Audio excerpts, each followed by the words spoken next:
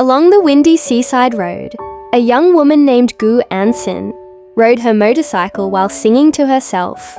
The warm, breezy afternoon filled her with a sense of freedom and joy until a luxury car sped past her far too closely. Nearly grazing her motorcycle, Ansin hit the brakes and glared at the car that had just ignored her presence. "Typical rich people think they own the road," she muttered irritably. Inside that car sat Ling Yu, a young and strikingly handsome CEO of a top e-commerce company. Despite his youth, he was known for being cold, precise, and utterly ruthless. He once rejected a cake made by another executive's wife simply because it lacked a health permit. In his company, even the smallest mistake could cost an employee their job on the spot. That same day, Gu Ansin, a hard-working delivery girl, happened to deliver a bouquet of flowers to Ling Yu's company.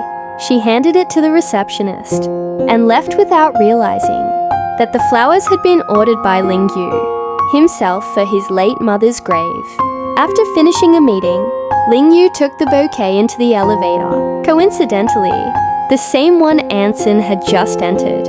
As the doors closed, the elevator's built-in screen began, airing a news report about a fatal elevator accident that had killed 3 people earlier that day. Ling Yu froze, his mind instantly conjuring a horrifying image of their own elevator plunging into darkness. Fortunately, it was only his imagination. A few hours later, Ling Yu drove alone toward his mother's grave. The radio warned of a storm approaching that night. Halfway there, he realized a car was following him. He quickly turned off at an intersection to shake them off, and succeeded. What he didn't know was that the pursuers were working for Ling Fang, his half-sister. They carried ropes and sticks, clearly intending to kidnap him. Meanwhile, their younger sibling, Ling Seng, genuinely cared for both of them and tried to mediate their long-standing feud. When Ling Yu finally thought he was safe, he pressed the brake, only to realize it wasn't working. The car sped uncontrollably down the mountain road. From the opposite direction, a truck appeared. Ling Yu swerved sharply, and the car plunged into the sea. Elsewhere, heavy rain poured down as Gu Ansin finally finished her deliveries for the night. Exhausted but determined, she rode home through the storm. Suddenly, a figure emerged from the cliffside darkness. A man stumbling into the road. She didn't have time to brake. Her motorcycle struck him, throwing him several feet away. Panicking, Ansin rushed the injured man to the nearest hospital. The emergency ward was crowded, and a nurse told her to wait while fetching a doctor.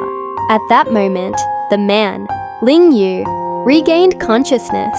Spotting his pursuers entering the hospital, he instinctively grabbed Ansin and pulled her close, using her as cover.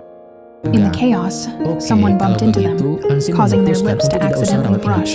Startled beyond words, Ansin reflexively slapped Ling Yu, knocking him out cold again.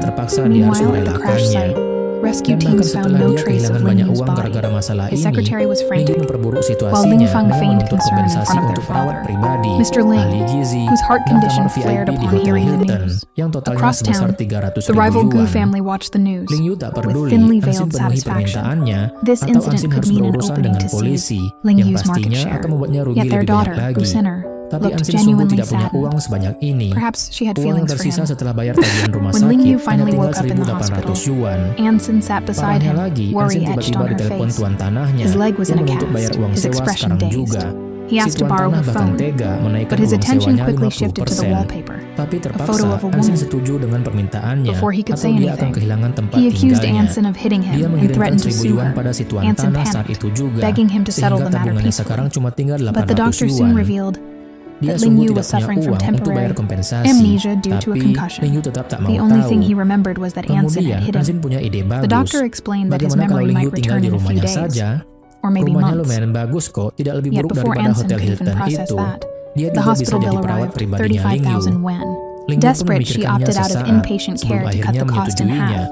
Tapi draining terlebih nearly all dahulu her dia menuntut savings. Ansin untuk Things only menulis got surat worse. hutang yang Ling Yu demanded menyatakan bahwa dia 300,000 akan yuan menuruti in apapun compensation permintaan for korban private yang care, ditabraknya, a nutritionist, menyediakan tempat tinggal and a untuknya, VIP suite at the dan Hilton mengurus Hotel. kehidupan sehari-harinya Ansin sampai nearly hutangnya burst into lunas. tears.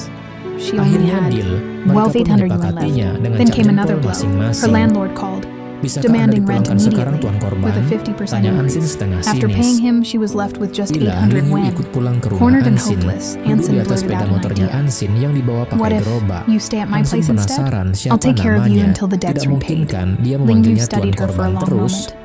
Ling Then Yu tak agreed, peduli, on one Ansin mau condition. manggilnya apa saja She must terserah. sign a debt agreement, Baiklah, pledging karena to tabungan obey Ansin all the hari ini victims' cuma tinggal requests until the 800 debt was yuan, fully settled. jadi They Ansin sealed the deal memutuskan with untuk memanggilnya thumbprints. Xiaoba, yang Ansin's home berarti turned out to be an 8. old, run-down Tapi yang apartment tidak Ling Yu building. sangka, The gedung stairs were apartemen steep, Ansin ternyata no sudah elevator tua in dan sight. bobrok.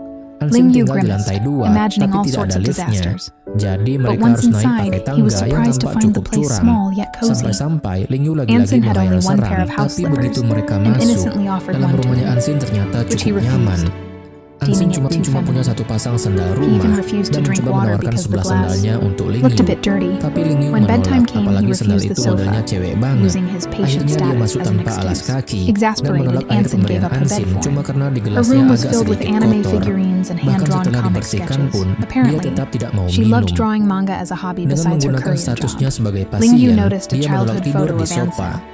Berusaha Hugging a woman, bersabar, the same Ansin one, membawanya ke from her phone kamarnya yang wallpaper. penuh dengan berbagai